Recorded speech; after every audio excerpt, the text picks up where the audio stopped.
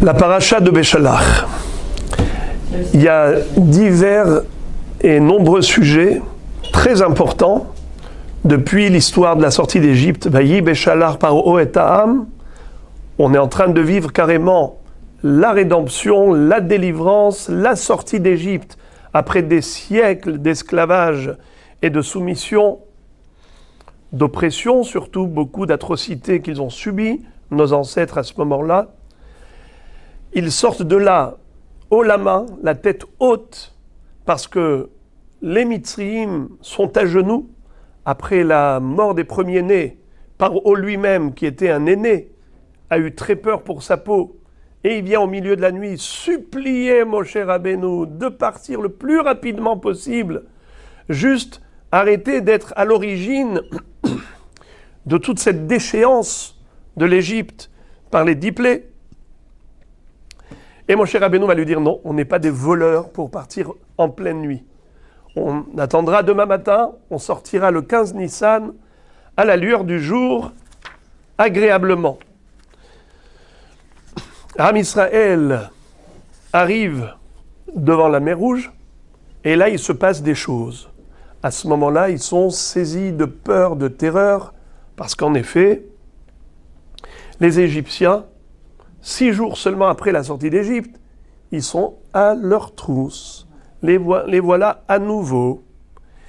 Et là, ils ont très peur. Faire marche avant, c'est impossible, il y a la mer. Marche arrière, il y a les Mitzriim.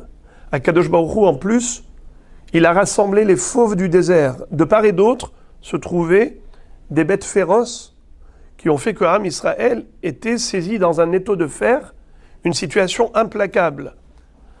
Pourquoi Akadosh Baruch Hu l'a fait? Pour justement les pousser à la prière, qu'ils se rendent compte qu'ils n'ont qu'une seule issue, que vers le haut. Aucun des 4 points cardinaux, ni devant, ni derrière, ni à droite, ni à gauche. Il n'y a que là-haut. Que de là-haut peut venir leur salut, leur sauvetage. Mais pourquoi les mettre dans cette pression alors qu'ils venaient à peine de respirer, mskenim, les pauvres, ils venaient maintenant de connaître enfin la délivrance.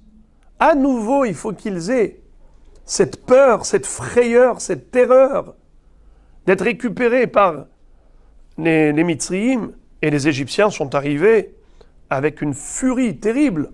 Pourquoi? Parce que Akadosh Baruch Hu a dit à Moshe Rabbeinu d'insister auprès d'Israël afin qu'ils aillent emprunter de l'or et de l'argent. Emprunter des vêtements, des biens matériels. Pourquoi?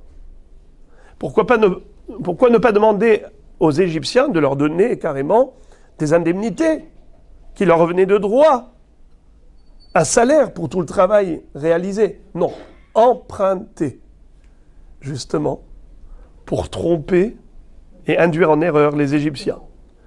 On va dire, on leur a prêté beaucoup d'argent, mais ils n'ont nullement l'intention de revenir comme ils avaient promis de revenir après 3 jours.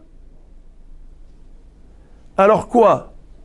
On a perdu des esclaves, on a subi des coups, et maintenant ils nous prennent en plus notre argent. À qui il ressemblait? Paro, à ce chef cuistot, le chef cuisinier, qui n'a pas fait attention à la fraîcheur du poisson. Quand le roi a mis en bouche un petit bout, il a vu qu'il était pourri, qu'il avait déjà tourné. Alors dans sa colère, il va tout de suite convoquer le chef cuisinier et il lui dit maintenant, tu vas choisir entre 3 sanctions.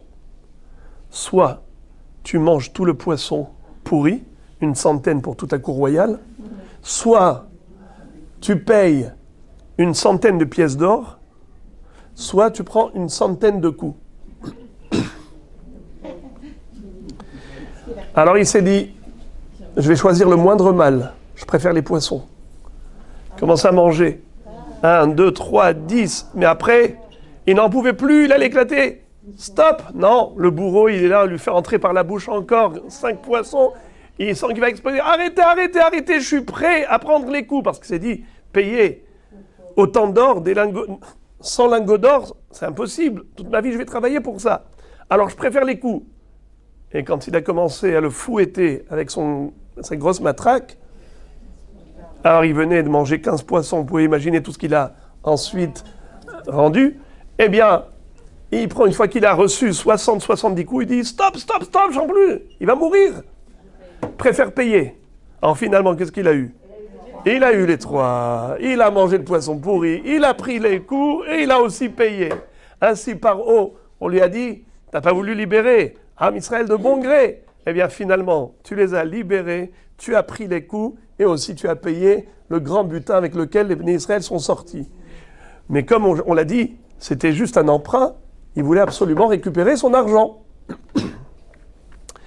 Il dit à son peuple, allons-y, on va essayer de rattraper. Mais sachez une chose, généralement le roi, c'est lui qui s'accapare la majorité du butin. Moi, je partage avec vous équitablement. Je ne me prendrai pas pour quelqu'un de supérieur.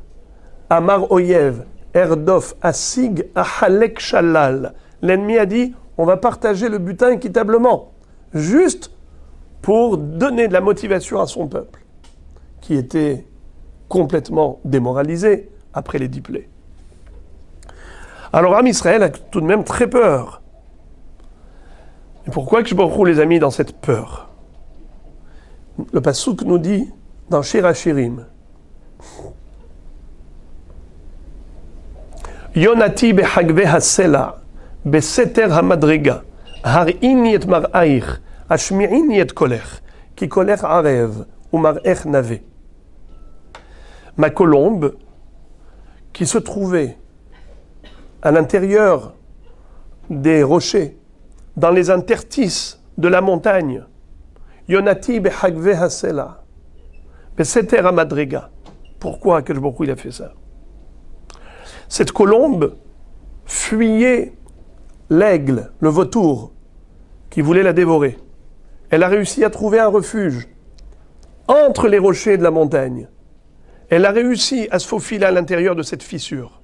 Mais une fois qu'elle est dedans et s'est habituée à l'obscurité, elle découvre à l'intérieur le serpent. C'était une tanière de serpent qui a ouvert grand sa bouche pour l'engloutir. Qu'est-ce qu'elle fait? Marche arrière, il y a l'aigle. Marche avant, il y a le serpent. Elle ne peut aller ni à droite ni à gauche. C'est à cela que ressemblait le peuple juif au moment où il se retrouvait devant la mer Rouge. Pourquoi Dieu les a mis dans cette situation? Har'ini et mar'aich, hashmi'ini et kolech. Fais-moi entendre ta voix, car ton apparence est agréable et ta voix est douce. Ki kolech ha'arev ou mar'ech nave. Que cela veut dire? Kadosh Baruch Hu dit au Am Israël, Hachem a fait sortir Am Israël d'Égypte après tant de prières où ils ont réussi à faire entendre leur voix de supplication. Elle a atteint les hautes sphères célestes. Et là, une fois qu'ils sont sortis d'Égypte, il n'y a plus de prière. Si, il y a de la prière, mais un peu machinale, un peu routinière. Où est le cœur? Akadosh Baruch Hu dit, ce n'est plus la même voix que j'entends. Je veux entendre, pas la voix, mais ta voix. Cette voix que j'ai entendue en Égypte. Cette voix qui était un appel au secours d'Hachem, mais qui sortait, qui émanait des tréfonds de l'âme. C'est cette voix que je veux entendre. Alors que Baruch Hu les a remis dans cette situation. Yonati behagve asela, comme la colombe qui se retrouve dans cette tanière. Eh bien, Am Israël, en effet, réagit. Am Israël va prier. Et Akadosh Baruch Hu va venir au secours d'Israël. Mais qu'est-ce qu'il va dire à Moshe Rabbeinu? Matitzak elai. Daber el Bnei Israël v'Isaou. Mais qu'est-ce que tu veux de moi? Dis au Bnei Israël d'avancer. Le Or HaChaim Akadosh pose une question, il dit, mais ça veut dire quoi Matitzak elai? Akadosh Baruch Hu dit à Moshe Rabbeinu, mais pourquoi tu m'appelles au secours? Mais qui faut-il appeler, si ce n'est pas Hachem? Mais Akadosh Baruch Hu, lui-même, il a tout fait pour qu'on l'appelle. Et maintenant qu'on l'appelle, il dit, mais pourquoi vous m'appelez?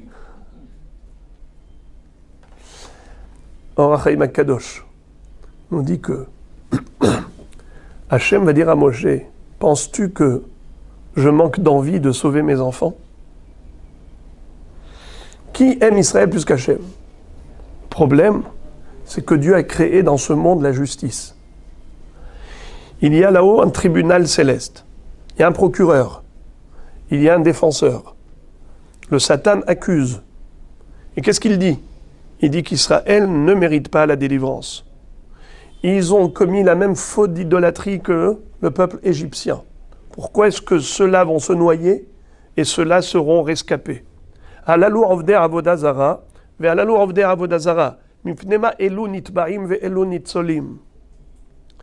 Alors Akadosh Baruch Hu va dire à Moshe Rabbeinu, la seule chose qui peut taire le Satan, qui peut faire en sorte que ils aient le mérite de mon intervention, c'est quoi? C'est qu'ils montrent qu'ils sont loin de l'idolâtrie. Au contraire, ils croient en Dieu et pas en la avodah zara, à tel point qu'ils sont capables, sur la demande d'Hachem, d'avancer dans l'eau avant même que la mer se soit ouverte. Ce qui veut dire que la promesse divine de la division des eaux, c'est quelque chose qu'ils croient profondément, à tel point qu'ils sont capables de prendre ça comme argent comptant.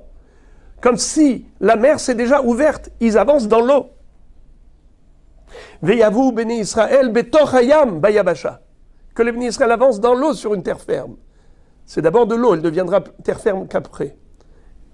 Au lieu de dire à Akadosh Baruch Hu, d'abord ouvre les eaux. Et ensuite on passe, on ne prendra pas de risque. Nachshon ben Aminadav, le Nassi de Shevet Yehuda, avance le premier, accompagné de la tribu de Yehuda.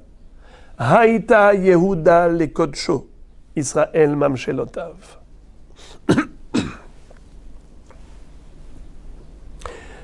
Yehuda a fait Kiddush Hashem. Le Gaon de Vilna nous fait remarquer, dans le récit de la Torah à ce propos, deux psukim qui, a priori, sont structurés de la même façon. Ça veut dire que c'est carrément une répétition de la même chose. Et on se demande quel est le sens de cette redondance inutile. La Torah nous raconte que les béné Israël ont traversé entre les murailles d'eau à pied sec et les eaux formaient des murailles de part et d'autre.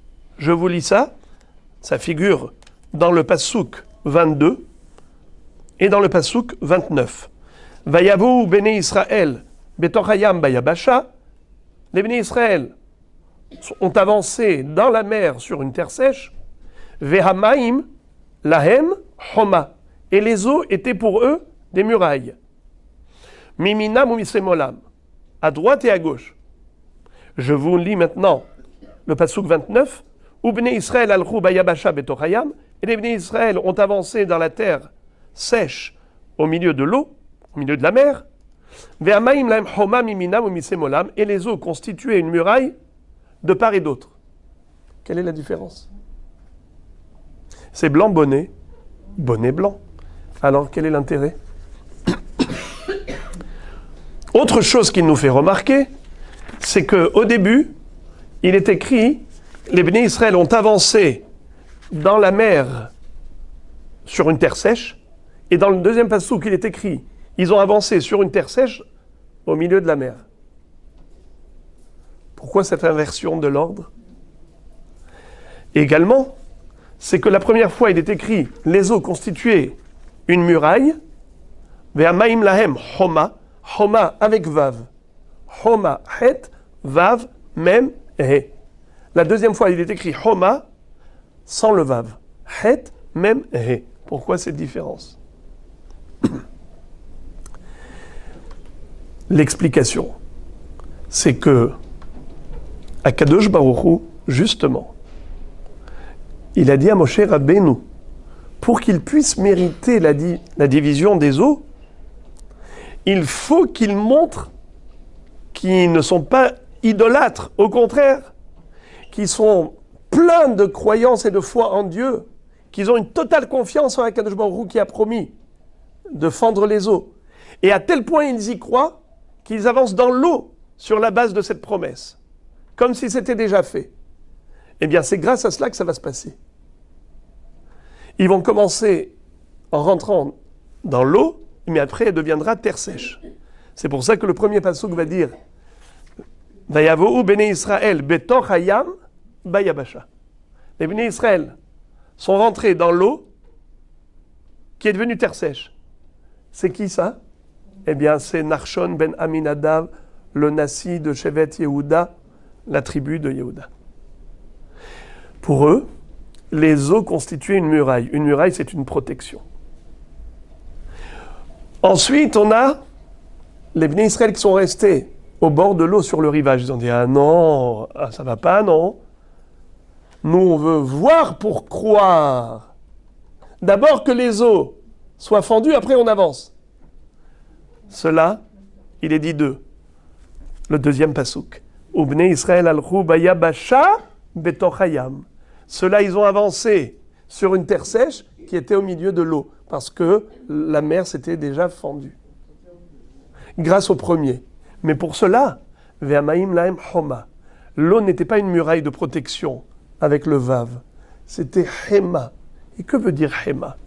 Hema, non, le beurre c'est hema avec aleph. Hema. Il y a une différence. Oui, mais vous avez raison. Vous avez raison que les Israéliens, très souvent, quand ils parlent, ils sont tellement rapides qu'ils disent hema. Yishra hema. Mais on ne dit pas hema. Il faut dire hema. Hema, c'est le beurre. Mais hema, c'est la colère. Parce que la colère, c'est chaud. C'est la chaleur du cœur. Hema hom. Ham. Alors, ve'amaim lahem hema. Comme si les eaux étaient en colère. Comme si les murailles d'eau voulaient les engloutir, les noyer comme les Égyptiens. Pourquoi? Parce qu'ils n'ont pas fait preuve de Emouna. Ils ont attendu que la mer s'ouvre pour pouvoir y passer, rentrer. Alors, leur mérite à eux, ce n'était pas le leur. C'était que par le mérite des premiers, qui eux ont réussi à fendre les eaux par leur Emouna. Pour eux, les murailles d'eau étaient une protection. Par contre, pour les autres, c'était au contraire des murailles coléreuses qui étaient en colère, qui voulaient carrément les noyer. Ils ont été sauvés. Les non-croyants ont été sauvés grâce aux croyants. Et c'est comme ça que le Midrash conclut avec la parabole de Hashmi'ini et colère, la fameuse colombe qui est rentrée dans ce rocher. Et pourquoi? Parce que Hashmi'ini et colère. Fais-moi entendre ta voix. Le Midrash dit, c'est comme un roi qui avait une fois entendu la voix d'une fille qui appelait au secours. Alors qu'il était parti à la chasse avec ses soldats, il a entendu quelqu'un, une femme en train de crier « Au secours, au secours !» Et quand il s'approche, qu'est-ce qu'il constate? Il y a toute une bande de pirates qui avaient réussi à piéger une princesse qui était en train de se balader gentiment, paisiblement. Qu'est-ce qu'a dit le roi? Jetez l'assaut. Ils ont neutralisé tous ces bandits et il a sauvé la princesse. Et là, il lui demande sa main. Évidemment qu'elle acquiesce. Elle accepte de se marier avec ce roi. Mais après, qu'est-ce qui s'est passé? Après le mariage, il voit qu'elle boude. Il voit qu'elle fait la tête. Pas un sourire, pas un mot gentil. Tout le temps en train de se plaindre. Comment on dit? En anglais, mshon. Alors, là, elle a dit, mais c'est pas possible. C'est pas pour ça que je me suis marié. Alors, qu'est-ce qu'il a fait? Il a dit à ses soldats, écoutez, cet après-midi, quand elle va aller se balader, la reine, vous allez vous déguiser en bandit, en pirate. Et moi, à ce moment-là, vous allez faire semblant de vouloir la kidnapper, l'attaquer. Moi, je passerai à ce moment-là. Et c'est ce qui s'est passé. Dès qu'elle a vu le roi passer à cheval, « Au secours, mon mari, mon roi, viens me sauver. Tu es mon salut. » Elle a dit, « Ah, enfin, j'entends ta voix. Enfin, tu sais parler. Où était ta langue ?» Je me dis, « Hashmi'ini et colère. Fais-moi entendre ta voix, celle que j'ai entendue en Égypte, à maintes reprises. Quand vous étiez dans les problèmes, vous saviez lire Teilim, vous saviez appeler Hachem au secours. Pourquoi maintenant vous m'avez oublié ?» Ça veut dire que parfois, Kadosh Baruch Hu, nous tire de notre torpeur. Il déstabilise le monde. Il envoie des situations difficiles. On est dans une situation délicate. Et on se demande pourquoi. Mais en fait, c'est un appel du ciel pour simplement lever les yeux vers Akadosh Baruch Hu. Hashmi'ini et colère. Qu'on ne soit pas accoutumé à la prière. Que ce ne soit pas quelque chose de machinal, sans cœur, mais au contraire, avec beaucoup de ferveur et de concentration. Voilà une première réflexion de la paracha de Béchala. Ce que le Rav Eliyahu Lopian déduit de cet épisode de la noyade des Mitzrayim et de la peur d'Israël à un moment donné, car vous le savez, qu'au moment où les Égyptiens avaient rattrapé les béné Israël, alors qu'est-ce qui s'est passé? Il y a eu une inversion. La colonne de lumière qui éclairait en soirée le camp d'Israël remplaçait la nuée de gloire qui les dirigeait en journée. Et c'était par permutation, par alternance. Lorsque la nuée de gloire était là en journée, la nuit, eh bien, elle remontait au ciel pour laisser la place à la colonne de lumière pour éclairer le désert où Israël se trouvait. Mais la nuit de Pessah, la nuée de gloire, en soirée, n'est pas remontée au ciel. Elle s'est simplement déplacée. Au lieu d'être devant pour guider Israël, elle s'est mise à l'arrière pour les protéger, pour empêcher les Égyptiens d'y accéder. Et qu'est-ce qui s'est passé pendant toute la nuit? Eh bien, les Égyptiens envoyaient des flèches et des projectiles pour attaquer le camp d'Israël. Mais ils n'ont pas réussi. Pourquoi? Car justement, cette nuée de gloire qui représentait la Shekhinah interceptait toutes ces attaques. Je vous disais, j'empêche les attaquants d'atteindre mes enfants. Et s'ils envoient des flèches, je préfère moi les recevoir. Ces attaques, moi les subir. Le Midrash donne un exemple. Il dit que Hachem s'est comparé à l'aigle. L'aigle, différemment des oiseaux qui portent ses petits entre ses pattes, lui prend ses petits sur son dos. Car tous les oiseaux disent, on l'attrape entre les pattes, car on a peur de l'aigle qui nous survole et qui nous pique ses oiseaux. Tandis que l'aigle, il n'a peur d'aucun oiseau qui le survole. Il dit, j'ai peur que d'une seule chose, c'est la flèche du chasseur. Je préfère mettre mes enfants sur mon dos. S'il y a une flèche, que ce soit moi qui la subisse, qui la reçoive, et pas mes enfants. Je me redis, je mets ma nuée de gloire qui représente ma Shekhinah ici à la place de Ham Israël.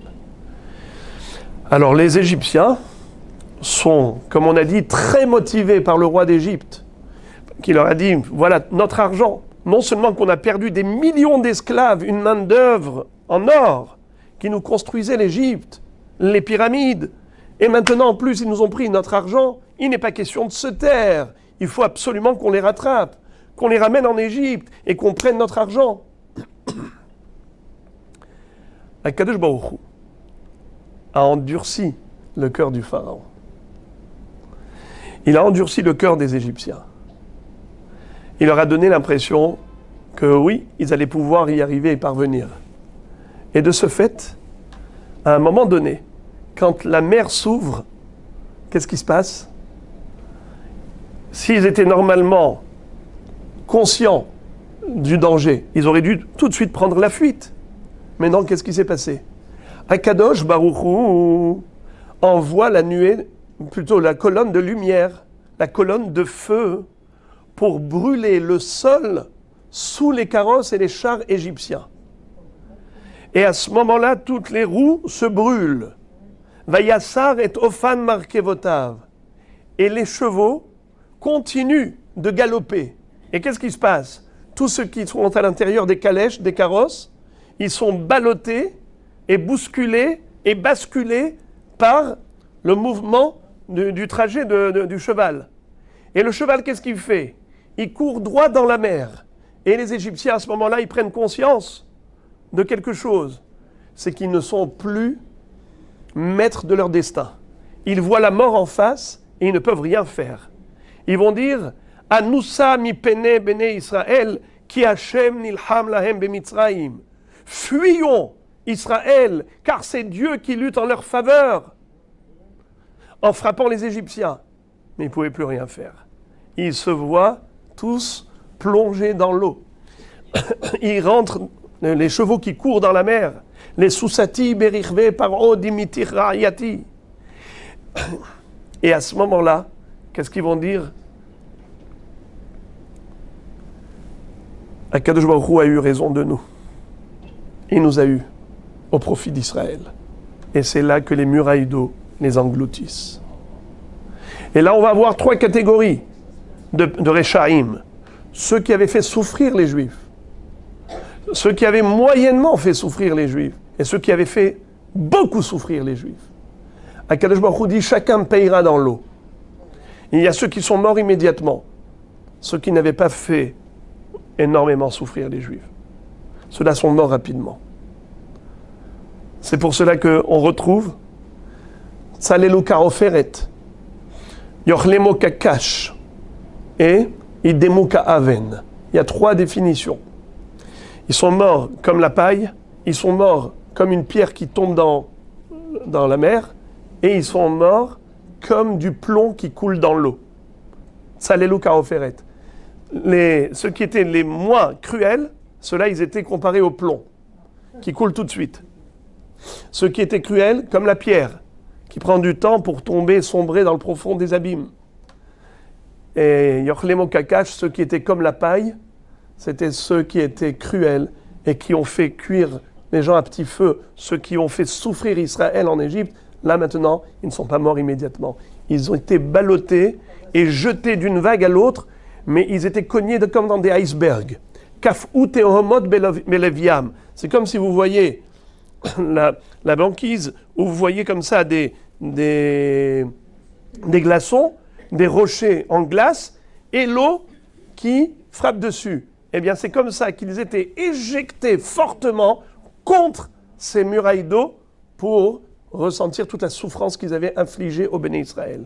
Akadosh Baruch Hu dit, celui qui touche à mes enfants, tôt ou tard le payera très cher. Et c'est ce qui s'est passé pendant cette noyade. Mais écoutez quelque chose d'extraordinaire que fait remarquer le Rav Lopian Zatzal. Il dit, Akadosh Baruch Hu a fait tout cela pour arriver à un instant. Lequel instant? Veyadou Mitzraim ki ani Hashem. Les Égyptiens sauront que moi, Hashem, c'est moi Dieu qui dirige le monde. Ils le sauront qui est le vrai Dieu. Ils le sauront quand? Le Eben Ezra nous dit, les Égyptiens qui sont restés en Égypte et ceux qui se sont noyés avant la noyade. Combien de temps avant leur noyade ils ont pris conscience de l'existence divine? Combien de temps? 2 minutes maximum.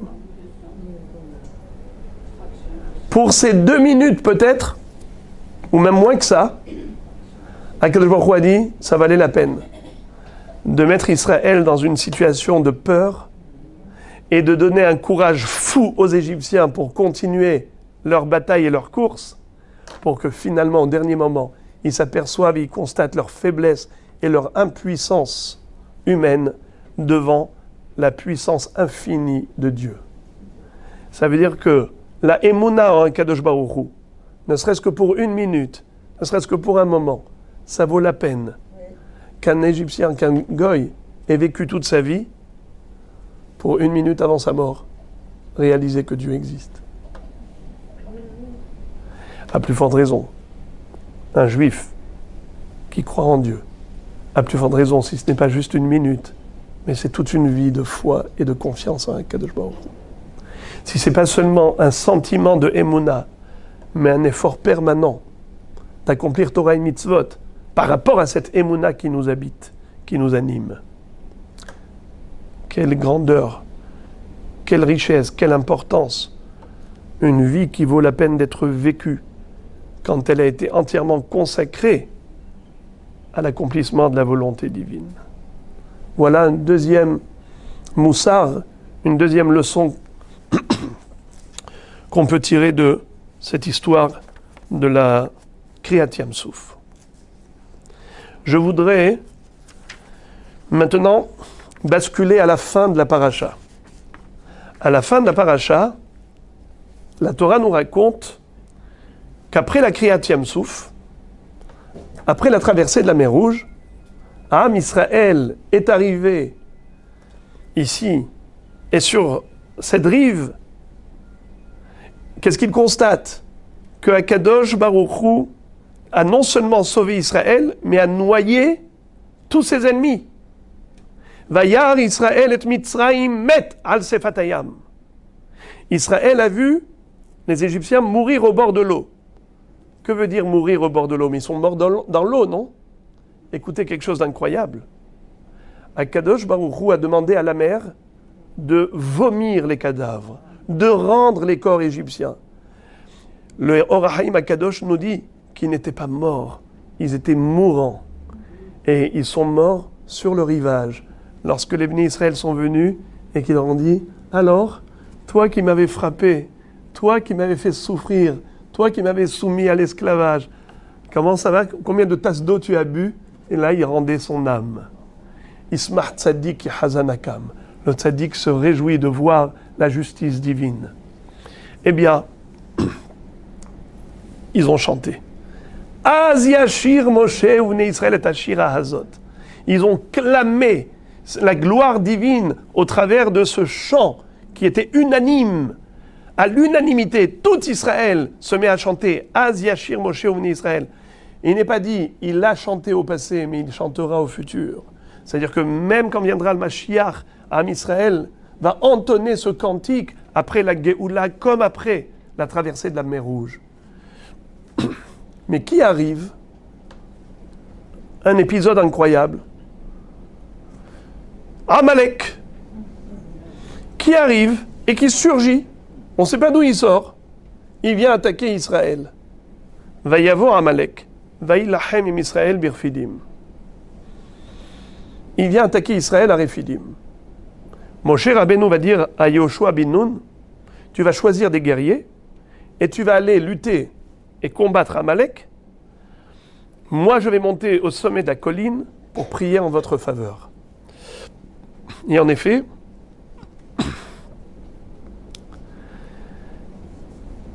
Moshe Rabbeinu est accompagné de Aaron et de Hur, car il levait ses mains vers le ciel. Vehaya kacher yari Moshe yado vegavar Israël. Quand il levait les mains vers le ciel, alors c'est Israël qui remportait la victoire. Mais quand il baissait les bras, Israël perdait la guerre. Aaron et Hur lui ont tenu les bras pour qu'il reste élevé pendant toute la journée. Vayhi yadav emuna ad bo hashamesh. Jusqu'au coucher du soleil, les mains de Moshe Rabbeinu sont restées levées vers le ciel. Vayachalosh Yehoshua et Amalek vetamo lefi harev. Yehoshua réussit à affaiblir Amalek et son peuple. Au fil de l'épée, il les a battus. Vayomer Hashem el Moshe. Alors Dieu dit à Moshe, Ketov zot zikaron basefer. Inscris cette histoire dans le livre, dans le Sefer Torah. Vesim beozne Yehoshua. Et enseigne-le à Yehoshua. Ki maho emche et zecher Amalek mitachat hashamaim. Car je vais effacer tout souvenir de Amalek dessous le ciel. Vaïven Moshe Misbeach vaikra shemo Hashem Nissi. Alors Moshe Rabbeinu a construit un Misbeach. Il a appelé Dieu est mon miracle. Vayomer kiyad al kesiyah milchamal Hashem ba'amalek midordor.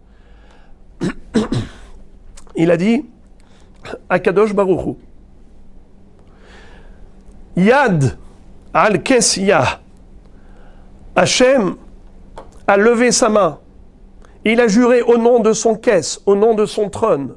Kess, c'est le Kissé. Kissé, c'est la chaise, c'est le trône divin. Dieu a juré au nom de son trône qu'il va livrer guerre à Amalek dans toutes les générations. Pourquoi il est écrit Kess au lieu de Kissé?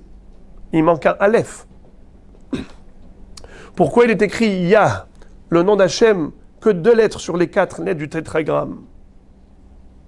Akadosh Baruch Hu a dit, tant que Amalek existe, mon nom et mon trône ne sont pas parfaits. Ils sont incomplets tant que Amalek est là. Alors c'est que Yudke au lieu de Yudke Vavke. C'est que Kes au lieu de Kissé. Quand viendra le Mashiach, le nom d'Hachem sera entier. Et le trône sera complet. Le Aleph retournera au Kes, ça fera Kissé. Le Vav et le He vont compléter le Yud et le He. Ça va faire Yudke Vavke, n'est-ce pas? Quelles sont les lettres manquantes? Le Aleph et le Vav et le He. Il est écrit dans le Pasuk Ki bahar Hashem betzion, iva lemoshavlo. Quand Dieu va choisir Tzion comme lieu de résidence à la venue du Mashiach, il va désirer ce lieu comme sa demeure éternelle. Iva, ça veut dire désirer, comme ta'ava. Mais quelles sont les lettres de Iva? Aleph, Vav et He. Eh bien, le Aleph retournera à sa place, le Vav et le He retournera à sa place. Iva, les Moshav, lo.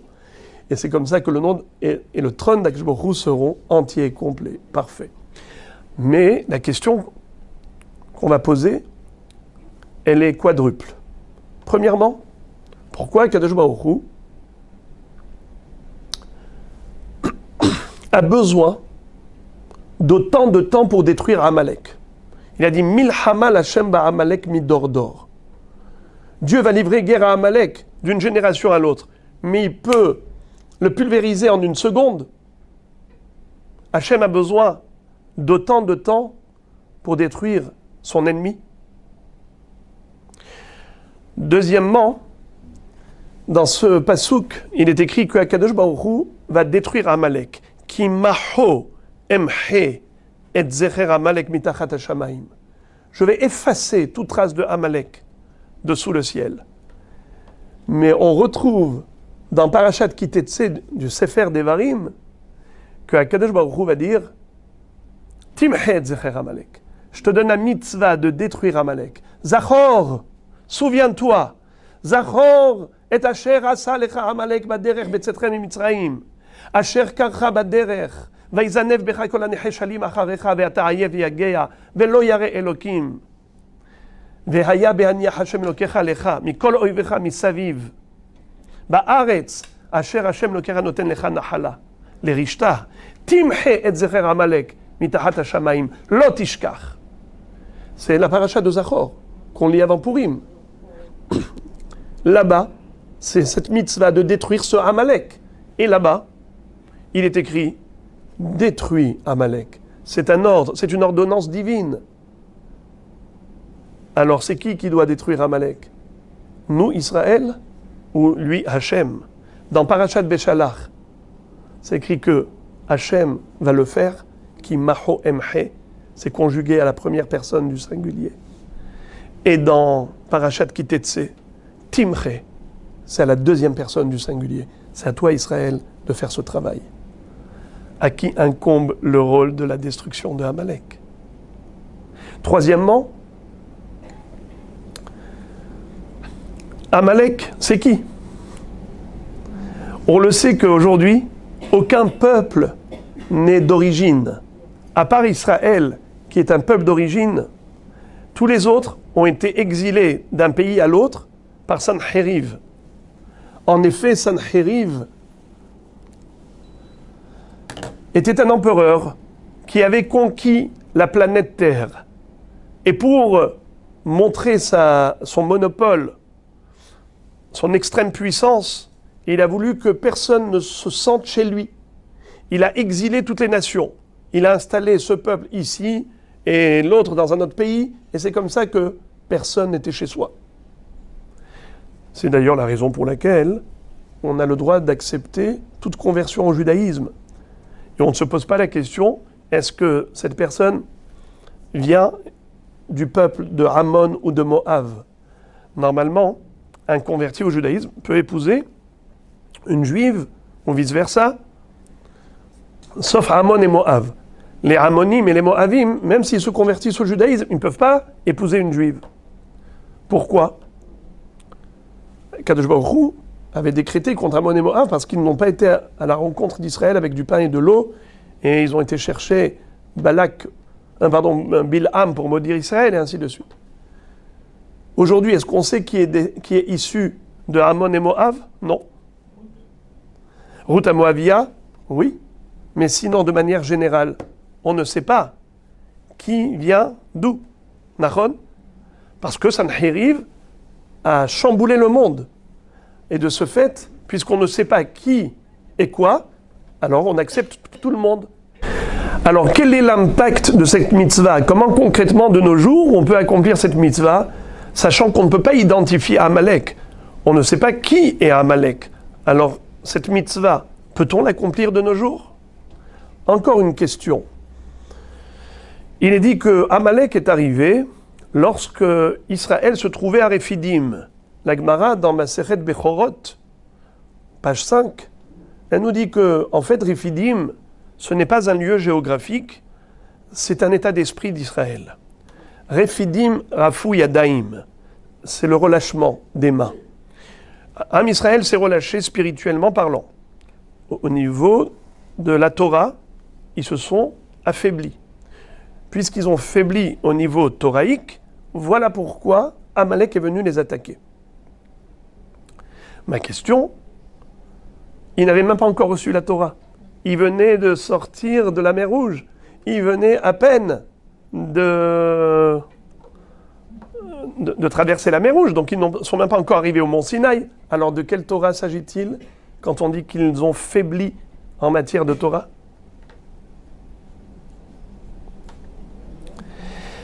Voilà des questions par rapport au contexte de ce Inyan de Amalek. Alors, ce qu'il faut comprendre, c'est que Amalek, Akadosh Baruch Hu, lui voue une haine terrible. Comme il est écrit dans la paracha de Balak, Reshit Goïm Amalek ve'harito ade Oved. Amalek a été le premier des peuples à attaquer Israël, mais il sera, à sa fin, dans la finalité de l'histoire, il sera complètement anéanti. Qu'est-ce qu'il a fait Amalek de si grave? Il y a eu plein de peuples antisémites. Et Akadosh Baruch Hu n'a pas juré de les exterminer comme il a fait pour Amalek. Qu'est-ce qui s'est passé avec Amalek? En fait, Amalek, c'est celui qui est venu justement après la traversée de la mer Rouge. Quand dans le monde, il y avait un éclatement de lumière extraordinaire. Tout le monde a reconnu l'existence divine. Tout le monde a tremblé devant Dieu quand ils ont entendu tout ce qu'il a fait pour Israël. Sham'u ami mirgazun hil ahaz yoshve pelachet. Les peuples ont entendu.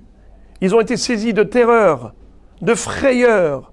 Tipol alehem et matava fachad. Bigdol zero achai demuka aven. La peur et l'épouvante tombent sur les nations au moment où ils ont entendu ce qui s'est passé. Leur cœur a été saisi comme une pierre. Ils ont été glacés. Alors, il y avait ce qu'on appelle un rayonnement de lumière, de reconnaissance de Dieu. Dans le monde entier, il y a eu le dévoilement d'Hachem. Au travers des miracles de la sortie d'Égypte et le coup de massue, la noyade des Égyptiens par le sauvetage d'Israël au travers de la mer qui a été fendue. Ça, c'est le niveau du monde entier, à plus forte raison du Ham Israël, qui a été le véhicule de ce miracle. Arrive Amalek, quel est son but? Machal, la parabole que donne Chachamim est la suivante.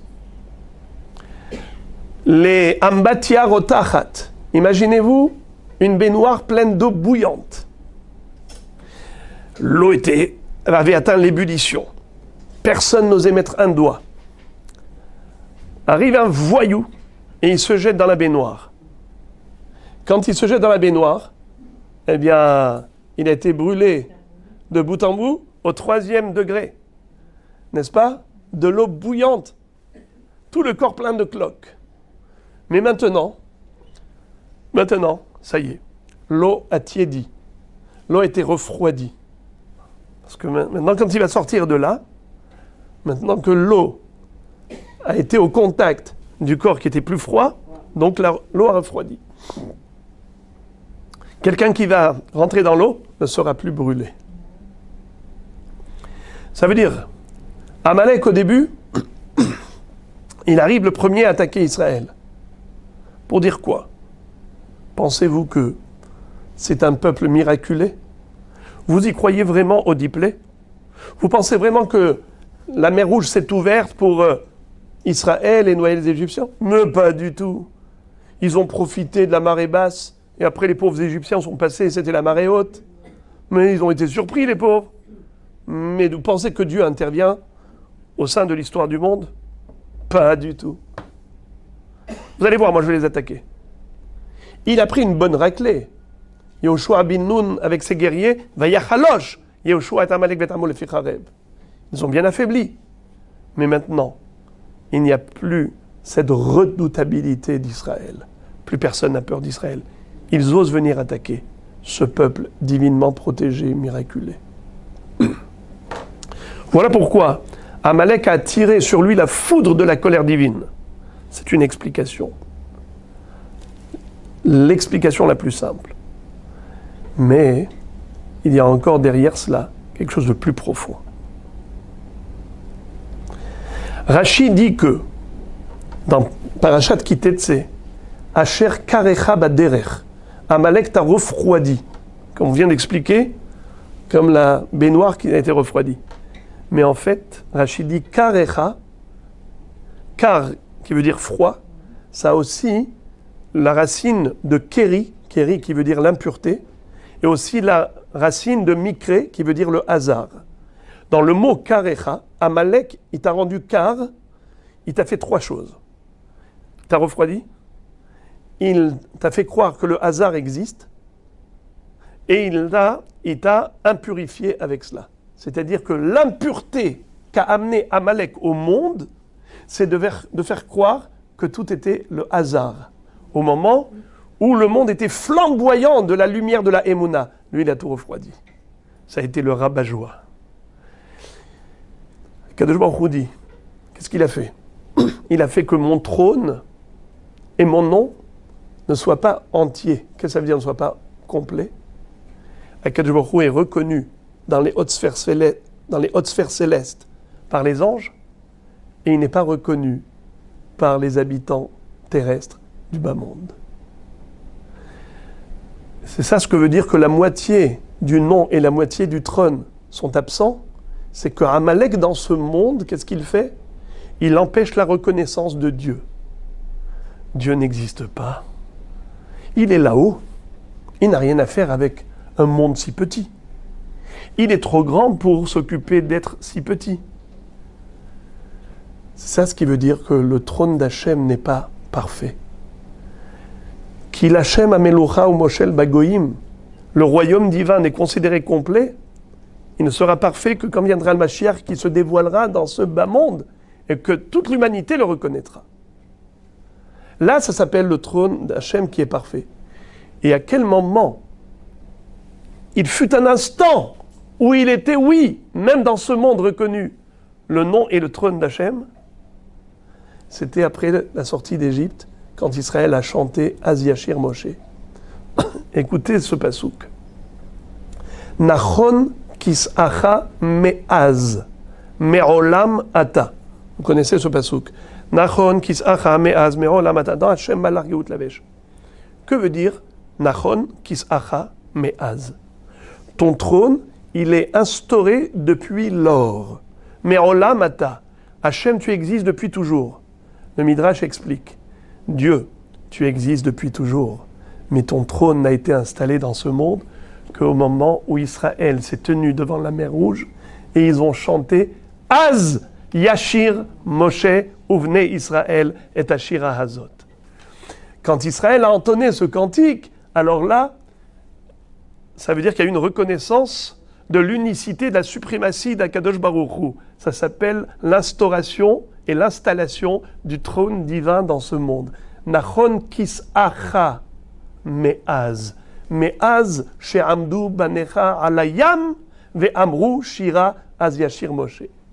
Akadosh Baruch Hu, c'est vrai que tu as toujours existé, mais dans ce bas monde, tu as été reconnu.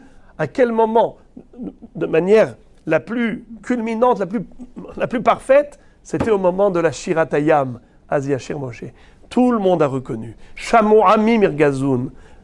Même les peuples, comme avait dit Rachav Azona, leur cœur a fondu, comme la neige au soleil. Shamanu Vaimas Levavenu. On a entendu tous ces miracles et notre cœur a fondu. Ce moment de vérité, de la reconnaissance de Dieu comme étant le maître du monde, ça a duré quel laps de temps? Jusqu'au moment où arrive Amalek et attaque Israël. À ce moment-là, il a tout refroidi. Là, il a semé le trouble dans ce qui était clair. Et là, on se pose la question, mais pourquoi Akadosh Baruch Hu l'a laissé faire une chose pareille? Figurez-vous qu'on tient responsable Israël. Pourquoi?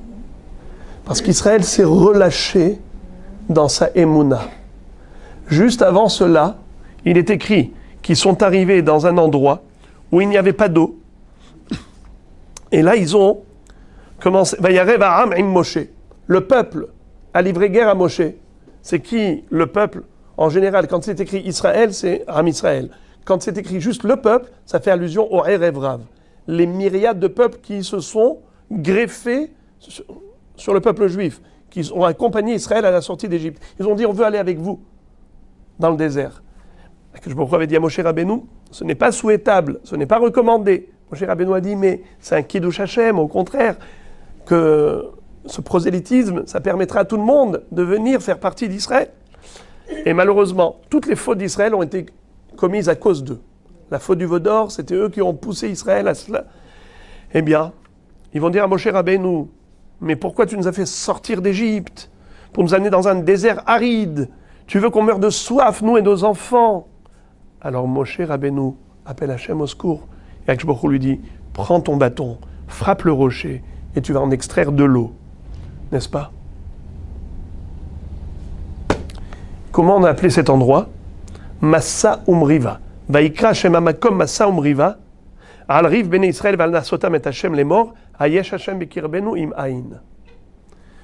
On a appelé cet endroit Massa Umriva parce qu'ils ont mis Hashem à l'épreuve en disant, est-ce que Dieu est parmi nous ou il nous a abandonnés? Est-ce que vraiment Hashem est avec nous ou bien on est perdu dans le désert? Va y avoir Amalek. Va ilahem Israël birfidim. Là, Amalek arrive, il attaque Israël à Rephidim. Rachid de dire, à quoi ressemblait à ce moment-là Israël? À un enfant qui était dans les bras de son père. Il avançait, il marchait, chemin faisant. Il dit, papa, tu peux m'acheter ce jouet? Il lui achète. Tu peux m'acheter ce gâteau? Il lui achète. Tu peux m'acheter ces friandises? Il lui offre. À un moment donné, il croise quelqu'un, et chemin faisant, il lui dit, monsieur, vous n'auriez pas vu mon père par hasard? Son père lui dit, quoi? Je te porte dans mes bras, depuis des kilomètres, tout ce que tu me demandes, je te l'offre, et maintenant tu dis, où est papa? Eh bien maintenant tu vas te souvenir où est ton père. Il a posé à terre, quand le chien lui a sauté dessus, il a aboyé, il lui a bondi dessus, l'enfant dit, papa, papa, papa, au secours. Alors qu'est-ce que dit Akadosh Baruch Hu? Où est papa? Hayesh Hashem Bekirbenu Im Aïn. Est-ce que Dieu est parmi nous ou pas? Maintenant Amalek va te rappeler où est Dieu. Va y avoir Amalek. Va ilahem im Israël. Birfidim. Pourquoi Amalek a attaqué Israël? Parce que Israël était à Rephidim, était dans un état d'esprit de Rifion Yadaim. C'était quoi le Rifion Yadaim? C'était quoi ce relâchement spirituel? On a dit, mais la Torah n'avait pas encore été donnée. Certes, mais quelle est la base de toute la Torah? C'est la Emouna. Toute la Torah est basée sur Anochi Hashem Elokecha, Asher Hotzeticha Meretz Mitzrayim. C'est là l'affaiblissement en Torah, c'est l'affaiblissement en Emouna. Quand ils ont dit, est-ce que Akadosh Baruch Hu nous surveille? C'est sûr qu'il nous a créés, mais est-ce qu'il veille sur nous? Est-ce qu'il est parmi nous? Est-ce qu'il répond à nos besoins? Est-ce qu'il est attentif à nos difficultés? Est-ce qu'il est là pour nous protéger? Akadosh Baruch Hu dit, vous avez un doute, vous avez un safek, eh bien Amalek va arriver. Safek, en valeur numérique, sa mère c'est 60. P c'est 80. Kouf c'est 100. En tout c'est 240. À Amalek, Aïn c'est 70. Même 40. Lamed 30. Kouf 100. En tout 240. C'est la même valeur numérique que Safek. Vous aviez un Safek, c'est vous qui avez créé le Amalek dans votre cœur. Le Amalek du cœur, c'est le Safek, c'est le doute. Est-ce que je suis à la merci des dangers ou bien Dieu m'accompagne? À partir du moment où vous aviez eu un doute, Ayesh Hashem Ekir Benu Im Aïn, Akadosh Baruch Hu va dire, l'ennemi de l'extérieur va arriver, car vous avez créé l'ennemi de l'intérieur. Ce Yetzer Hara du doute, eh bien lui, Amalek, il va confirmer le doute. Il va dire, Dieu n'existe pas. J'arrive à attaquer, juste après la Kriyat Yam Souf, j'arrive à attaquer Israël. Alors Akadosh Baruch Hu va dire, vous voulez que je vous débarrasse de Amalek, votre ennemi? Alors vous d'abord, débarrassez-vous du Amalek du cœur. C'est pour ça qu'il n'y a pas de contradiction. Il y a un passou qui dit, c'est Akadosh Baruch Hu. Akadosh Baruch Hu dit, Timchet Zecher Amalek, efface tout souvenir de Amalek. Et Akadosh Baruch Hu dit, je vais détruire Amalek. Alors c'est le rôle de qui? Hachem ou nous? La réponse, vous parlez de Amalek de l'intérieur ou Amalek de l'extérieur? Si nous, on arrive à effacer toute trace de doute de notre cœur, en renforçant la émouna en nous, en étant clair dans notre esprit, vadaï qu'on est entre les bras d'Akadosh Baruch Hu, le père qui prend son enfant dans ses bras et il le fait marcher toute la route et tout ce dont il a besoin, il demande à son père. Alors si tu ne te laisses pas piéger par le Safek, il n'y aura plus de Amalek. Parce que Akadosh Baruch Hu, en voyant qu'Israël reconnaît le trône divin, le nom d'Akadosh Baruch Hu, il a une entière confiance en lui. Alors, à ce moment-là, il y aura le dévoilement du trône d'Akadosh Baruch Hu. Ki l'Hashem amelucha umoshel bagoyim ve'alu mosheim be'ar Tzion lishpot et har Esav ve'haïta l'Hashem amelucha. Har Esav, qui est le père de Amalek? C'est Eliphaz. Eliphaz est le fils de qui? De Esav. Quand ce sera le moment du dévoilement de la royauté divine, ve'alu mosheim be'ar Tzion lishpot et har Esav ve'haïta l'Hashem amelucha. En attendant, vous savez qu'est-ce qui se passe? C'est la faute originelle de Adam Arishon. Vous savez qu'est-ce qu'a dit Adam Arishon à Kadosh Baruch Hu quand il a mangé du fruit interdit? Il a dit, c'est la femme qui m'a donné à manger. Kadosh Baruch Hu va dire à Chava, pourquoi tu en as mangé? Il a dit, c'est le serpent qui m'a induit en erreur. Anahash, Hishiani va ochal. Rachidi, Hishiani, Hitani. Il m'a induit en erreur, le serpent. Comment il a induit en erreur? Hava. Regardez, le mot Hishiani, c'est la contraction de deux mots. Hayesh, Aïn. Est-ce qu'il est là ou il n'est pas là? Dieu. Le serpent a fait croire à Hava qu'il y a des moments où Dieu n'est pas là. Tu peux faire ce que tu veux. Mange du fruit interdit. C'est ça l'erreur. C'est de semer le doute. Yesh Aïn. Hayesh Aïn. Eh bien, c'est quoi? Dégager Amalek de son cœur, c'est renvoyer toute trace de doute et dire bien sûr qu'Akadosh Baruch Hu est là. Shiviti Hashem lenegdi tamid minibal emot.